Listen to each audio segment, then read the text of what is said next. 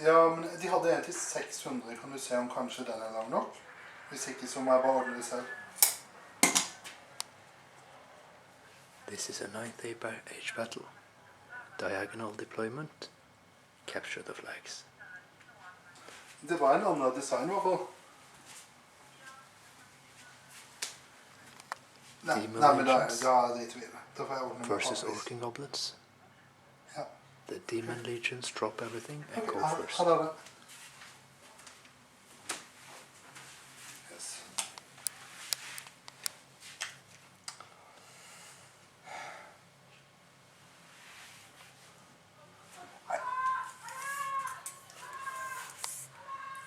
The demon player is considering moving 20 inches and killing the team. It's actually not enough. Det var bare 18 mellom deploymenten, men det går litt skakt i forhold til hverandre, så det går ikke. They didn't have the movement. So that's not an option. Er det budet? Yeah, these have bows and will shoot down his chaff.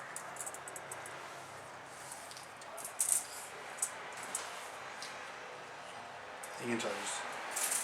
No charges.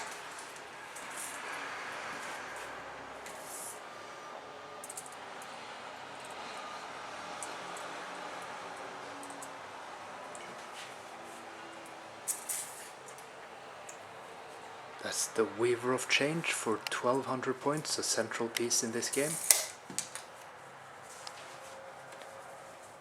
He did not get the Comet as a spell. And he has 1 divination spell, unerring strike, and 3 thaumaturgy spells. Det er jo game, ikke sant?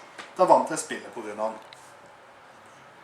The Greater Demon of Change, Weaver of Change, did nothing with his 2 spells. They moved forward a little bit to be within range with the spells. And the unerring strike was dispelled from the idol. The general was targeted by a sniping spell, and he rolled high. The thaumaturgy sniping spell. Orc and Goblin turn 1. Orc and Goblin move forwards. There's crap wagons. Point the nose backwards, not to come in a disadvantaged position. Yes.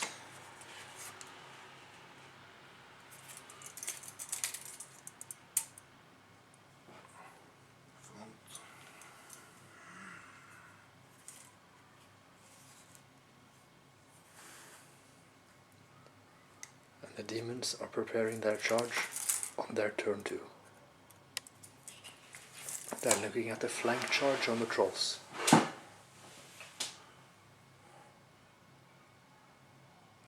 The furies charge a scrap wagon and manage a 9 on 3 dice. The tallymen and Weaver of Change charge the black orcs, who are stubborn, but they're also vulnerable now. Da ruller jeg for ambush. Pestilent beasts charge stone trolls. I'm rolling ambush, both of them on 3 plus. None of them come. None of the dogs arrive on ambush on turn 2. 10 wounds on the black orcs against the tallymen and Weaver of Change. Only 3 tallymen die from the black orcs and the general, but they're stubborn and they stick in there. They think this is going to go well for them. They'll probably lose the remaining black orcs in the next round, but they're all for it. Jeg får prøve selv, jeg vet ikke hva jeg snakker om. Nei, det er jo... The chaos trolls beat down the stone trolls, killing one of them, and they don't manage to run them down, but they charge into the gnasher hero. Orc and Goblin, turn 2. The orc general screams out "Wag" while he's still alive,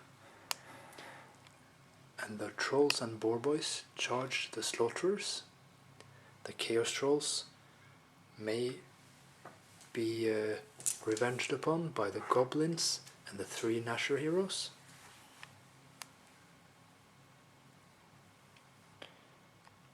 The goblins fled after the scrap wagon was killed, and they'll try to rally now.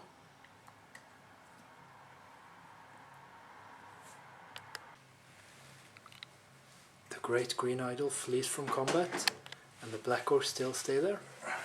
Can they last one more round? The Trolls and the boyz kill and crumble together 12 or 13 slaughterers. And the Chaos Trolls lose against the 3 gnasher heroes and crumble. They crumbled most of the wounds. They only lost 4 wounds. The demon player says that he has nothing left. With a sigh.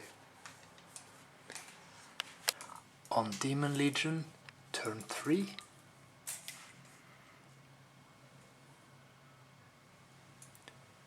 One of the wolf units ambush, but only one of them. He has had very bad dice rolls.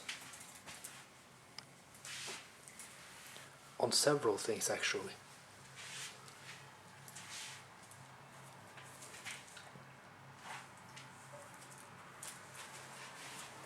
Okay. These trolls are still fleeing. The Demon of Change, the Weaver of Change, lives up to its name. He changes the fortune of the battle with an unerring strike, killing the pump wagon. He rolls a 6 and the Orc and Goblin rolls a 2, so the wagon dies. 4 pluss. 2 pluss.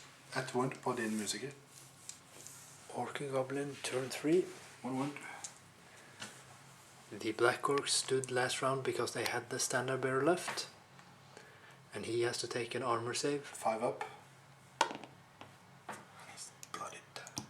The general just lost 2 wounds after making 9 straight armor saves on 4+ against the Demon of Change, Weaver of Change, whom he's been in a challenge. But it looks bad for the general now. 1 wound left. Fine. The Orc and Goblins are ranging up for the last great combat with the last great units of demons. The general dies from a stomp from the Weaver of Change. The change is truly coming. Remaining move. Kan jeg ambushe på 3 pluss? Ja. The last wolves come in, and these wolves charge the goblins, which reform to face them. The tallymen charge the boyz after a reform. So they're charging to try to get away from the encircling orcs. And here come the last wolves.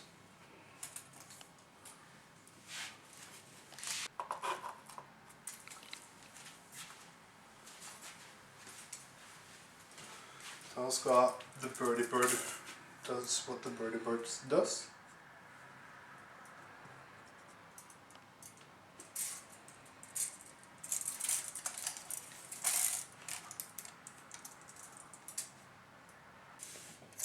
The trolls are caught in pursuit by the tallymen. They kill 6 of them with the green idol, but the green idol loses his last 2 wounds after losing 3 wounds from an erring strike from the Weaver of Change last turn.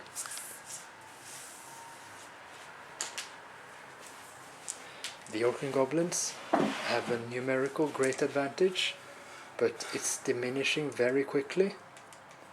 And they don't have the organization to stand against the enemy army. So I think they'll fold pretty soon.